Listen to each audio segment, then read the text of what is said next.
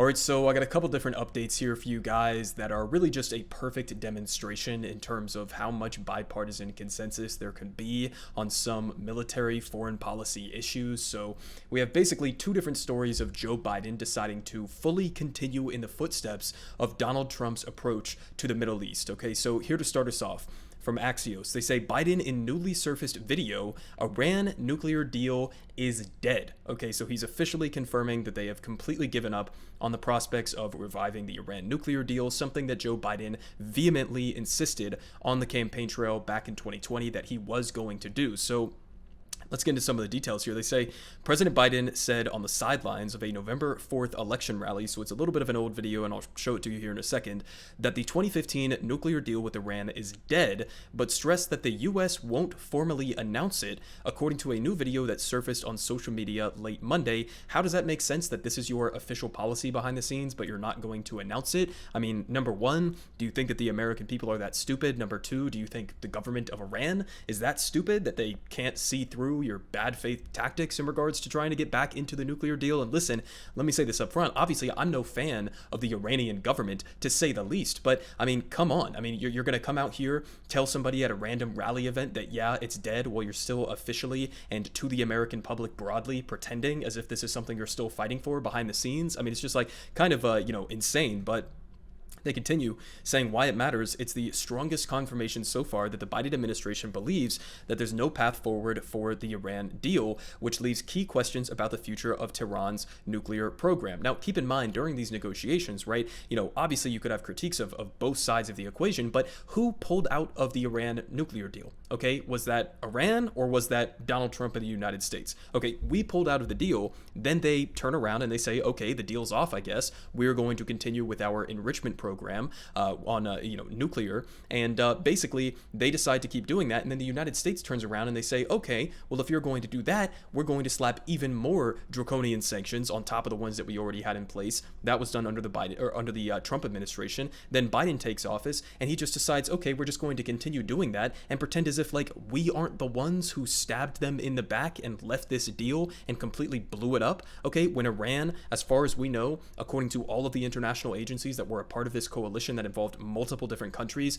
including our allies, all of the information that we had at our disposal showed that Iran was following in full compliance with the outlines of the deal. Okay, and we stab them in the back, and then what? We're going to make demands of them that you have to stop enriching uranium. You have to stop this nuclear program for us to get back in the deal. It's like we're the ones who pulled out of it, right? We should obviously be offering sanctions relief up front as a sort of carrot to get them back in the deal. But I mean, this is the approach the Biden administration has been going with, just doubling down on all of these sanctions as if that's going to be a long-term solution to the problem here, which is, another critique that I would have of anybody who thinks that the Iran nuclear deal was terrible and that we shouldn't go for it at all, which seems to be a lot of people, especially conservatives. But I mean, if you have a legitimate problem or a beef with the government of Iran, okay, and you think that they are a legitimate threat to global peace or peace in the region or something like that, or they're a threat to U.S. personnel in the Middle East, okay, if you believe that, maybe you shouldn't want them to get a nuclear weapon. Maybe you should try to form some sort of a diplomatic agreement in order to at least stall, if not prevent them from getting that nuclear weapon. But no, it's like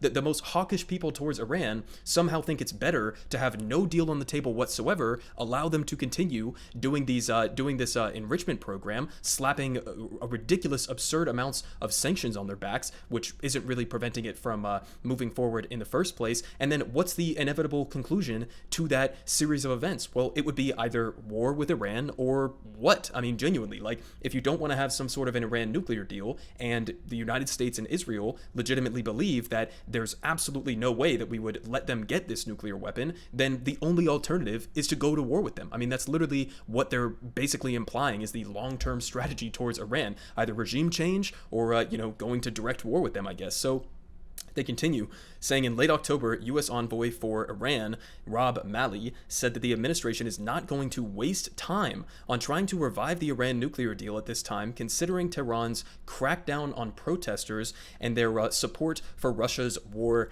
in Ukraine. Okay, so these arguments are just complete fucking bullshit at face value. I mean, really, this is how stupid they think we are. Okay, first of all, yes, the government of Tehran, the Iranian government, they've been incredibly brutal to the protesters who have very legitimate concerns, and they've been incredibly brutal with them. That's absolutely 100% true, but the idea that the US government has some sort of like a principled stance against brutalizing protesters, number one, did you just like completely memory hole what happened in 2020 here in the United States with the Black Lives Matter protest, the largest civil rights movement in American history? Did you forget how the US police were going and tear gassing innocent protesters, peaceful protesters, how they were kettling people, doing mass arrests, how they were instigating violence, shooting rubber bullets at people's faces, arresting journalists live on camera? I mean, did you just like forget about all of that unfolded? But even beyond that, I mean, we support governments like Saudi Arabia and Israel, okay, who are incredibly brutal to not even just protesters, but just average citizens on a daily basis. The idea that like the reason we can't get back into the Iran nuclear deal is because they're treating protesters badly, that's complete bullshit. I mean, it's the most ridiculous thing I've ever heard. But then on top of that, this one has a little bit more merit in terms of like, contradicting our foreign policy goals from the perspective of the United States or the State Department, right? Iranian support for Russia's war in Ukraine. Yeah, they have been sending them weapons to use. They've been sending them their, I forget what the exact name is, but they're kamikaze drones that it's called like the Bayaktar, I think, drones. And so they've been sending them to Russia, and Russia has been using them in Ukraine. So yeah, there's a fair critique there. But also, again, not to be that guy who just says, what about this and what about that? But okay, the United States, again, is selling weapons to tons of nefarious and brutal and violent and criminal dictators around the world. I mean, this is the same guy, Joe Biden, his administration, that has been getting on their hands and knees to try to suck off Mohammed bin Salman of Saudi Arabia while continuing to sell him weapons that he's using to do effectively what amounts to be a genocide against the Yemeni people. Okay, so again, the idea that like these two reasons are why we can't get back into the Iran nuclear deal is just so beyond stupid. But they continue. They finish off here saying, so what they're saying is, quote, the JCPOA is not our focus right now. It's not on the agenda. So they're not even trying on this. They say, we don't see a deal coming together anytime soon, the spokesperson for the White House said, pointing to Iran's, again, crackdown on the protesters in support for the Russian war in Ukraine.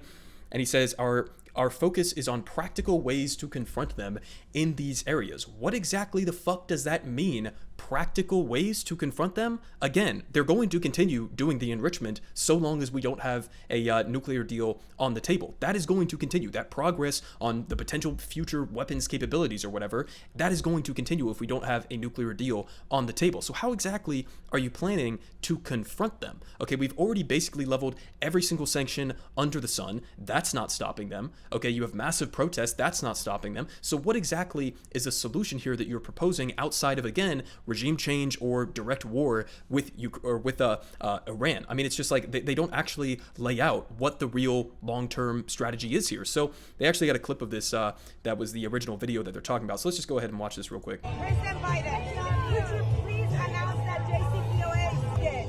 Can you just announce that? No. No, why not? No. A lot of reasons. It is dead. We're not going to announce it. Long story. We're going to make sure that We just don't want any deals with the mullahs. No deals. They don't represent us. They're not our government. we have a nuclear weapon. Okay, so, I mean, again, he kind of says what I was just describing there at the end of that clip, right? Because he says it's dead, we're not going to have a deal. The woman replies in this video that we don't want any deals with the mullahs. We don't want, to do a deal with some government that they don't feel represents them. Okay, that's a fair critique, I guess. But again, as Biden himself was just pointing out at the end of that video, right, they will have a nuclear weapon, presumably, eventually, and they are going to represent themselves with that. So, I mean, again, if you understand that it is potentially an inevitability that they're going to get a nuclear weapon without that deal on the table, how are you then turning around and saying, okay, the deal's dead, we're not even trying anymore? Because the only legitimate outcome, the only alternative outcome to that would be directly confronting them militarily in order to stop them from getting this weapon. And I don't need to, describe to you guys, we know all of the history with the Iraq War, the Afghanistan War, even going back further in history, Vietnam War, all of those would be a tiny fraction in terms of destruction than a war with Iran would be. Okay, we're not talking about just some like small small country we can fuck around with here. Okay, so I mean, it's just completely insane. And now on top of that, okay, so branching off to my second story here, I just wanted to fit this into one video so I don't have to do multiple because of time constraints. But basically, I mean, this is of a similar vein, honestly, because Israel basically determines a lot of U.S. policy in the Middle East. Specifically on this one here from The Intercept, they say Biden moves ahead on Trump plan to build Israel embassy on stolen Palestinian land. So we're going to read a little bit of details here, but I mean, understand, number one, Israel, Iran obviously have extensive beef with each other. Iran doesn't think that Israel should exist. Israel, effectively thinks the same, or at least not the current government that exists in Iran. They're both sides of this equation are very hawkish towards one another for their own various reasons. But, in addition to that, the specifics behind this move here to put the U.S. embassy in Jerusalem on stolen Palestinian land, which is not recognized by the international community as belonging to Israel. But this deal was only able to happen with us moving our embassy to Jerusalem because Trump effectively sold off his Israel policy to Sheldon Adelson, okay, a GOP mega donor who funneled him millions and millions of dollars. And then Trump basically just said, okay, yeah, we'll just go with whatever he wants in terms of determining our policy. And he decided to make this very aggressive and intense move to shift the U.S. embassy to Jerusalem, which again is like a very controversial thing to be doing because this is effectively occupied territory and you're putting the U.S. embassy there. Okay, typically it's been in Tel Aviv, so it's like, because Jerusalem is kind of like split between Israelis and Palestinians recognize that as their territory, which it is if you actually look at history. But it's not a move that is something where it's like, oh, this isn't really controversial, it's just a U.S. embassy who gives a fuck. No, this was a very aggressive move, and Biden is now doubling down on it. Okay, so a little bit of details here. They say, nearly 5 years after President Donald Trump broke with decades of U.S. policy and international consensus to recognize Jerusalem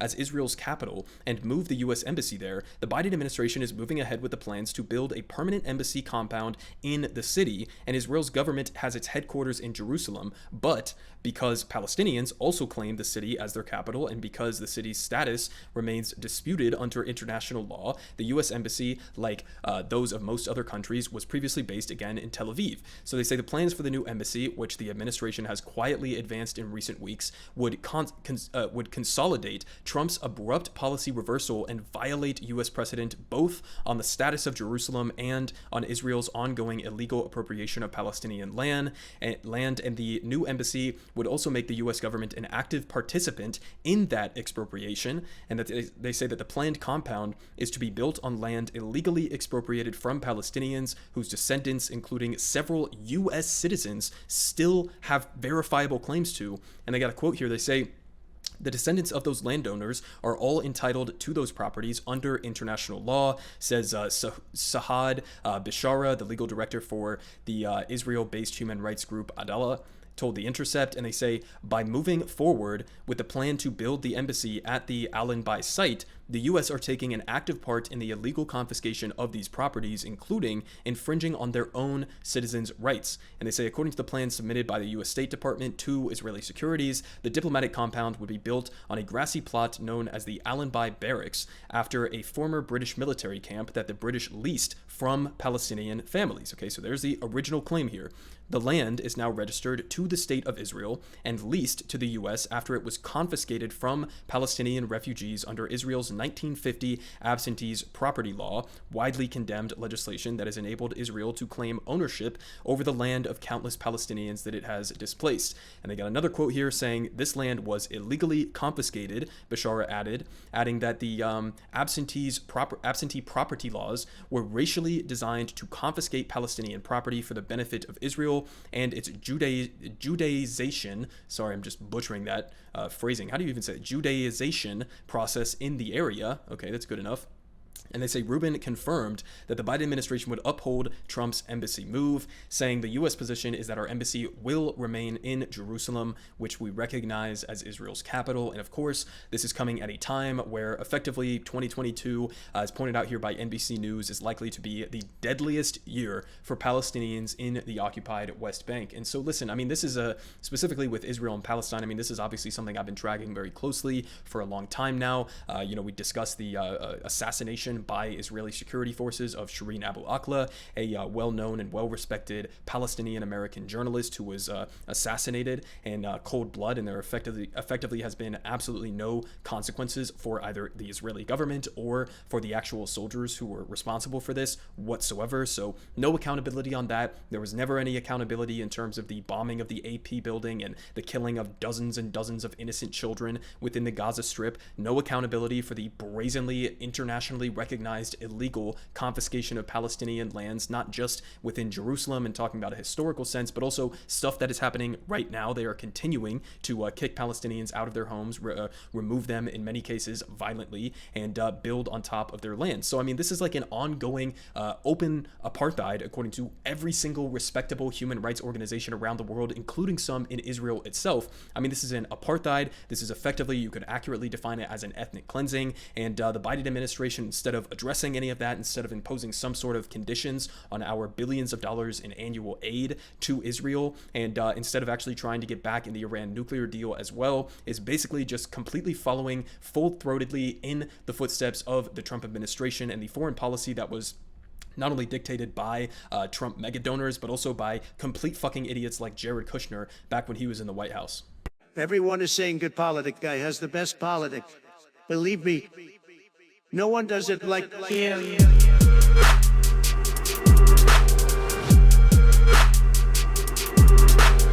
Believe me, everyone is saying